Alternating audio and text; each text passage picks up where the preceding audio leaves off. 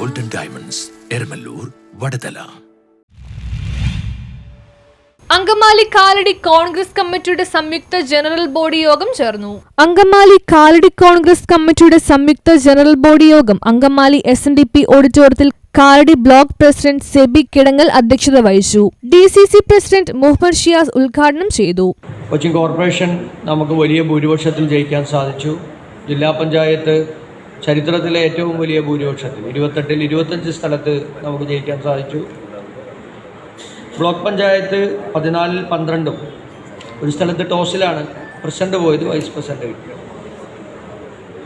അതുപോലെ ഗ്രാമപഞ്ചായത്തുകൾ 82-ൽ 71 സ്ഥലത്ത് നമുക്ക് ജയിക്കാൻ സാധിച്ചു. മുനിസിപ്പാലിറ്റി 13-ൽ 11 സ്ഥലത്ത് ജയിക്കാൻ സാധിച്ചു.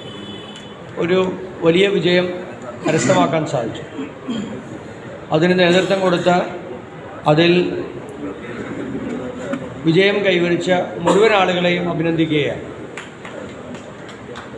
കാരണം നമ്മളൊരു 1.25 വർഷക്കാലം മുമ്പ് ആരംഭിച്ച മുന്നൊരുക്ക പ്രവർത്തനം ചരിത്രത്തിലെ കോൺഗ്രസ് പാർട്ടി നടത്തിയ തദ്ദേശ തെരഞ്ഞെടുപ്പിൽ നടത്തിയ ഒരു വലിയ മുന്നൊരുക്കമാണ്.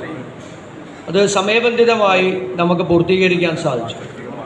അതിവിടെ സൂചിപ്പിച്ചതുപോലെ, റോജിയുടെ പറഞ്ഞതുപോലെ, Roji M John MLA, KPCC നിർവഹണ സമിതി അംഗം ex-MLA PJ ജോയ് എന്നിവർ സംസാരിച്ചു.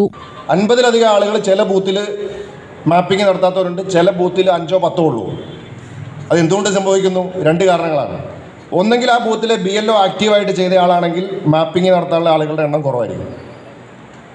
അല്ലെങ്കിൽ ആ ബൂത്തിൽ പാർട്ടി പ്രവർത്തകർ, ഏത് പാർട്ടി ആവാം, കോൺഗ്രസിൻ്റെ ആവാം, CPM-ൻ്റെ ഒക്കെ ആവാം, അവരിത് കൃത്യമായിട്ട് ഫോളോ ചെയ്യാത്തതുകൊണ്ടും ഈ SIR-ൻ്റെ ഡിക്ലറേഷൻ കൃത്യമായി സബ്മിറ്റ് ചെയ്യാത്തതുകൊണ്ടും ചെയ്യപ്പെടാത്തതുകൊണ്ടും ഒക്കെ ആയിരിക്കാം.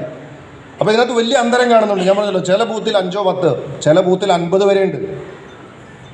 അങ്ങനെ വരാൻ സാധ്യതയില്ല. കാരണം അങ്ങനെ വരുന്നു എന്നതിൻ്റെ അർത്ഥം ആ ബൂത്തിലെ BLO-മാരെ നിങ്ങൾ ശ്രദ്ധിച്ചോളൂ, അവർ ഈ പണിയൊന്നും ചെയ്തിട്ടുണ്ടാവില്ല കൃത്യമായിട്ട്. News bureau, Angamaly.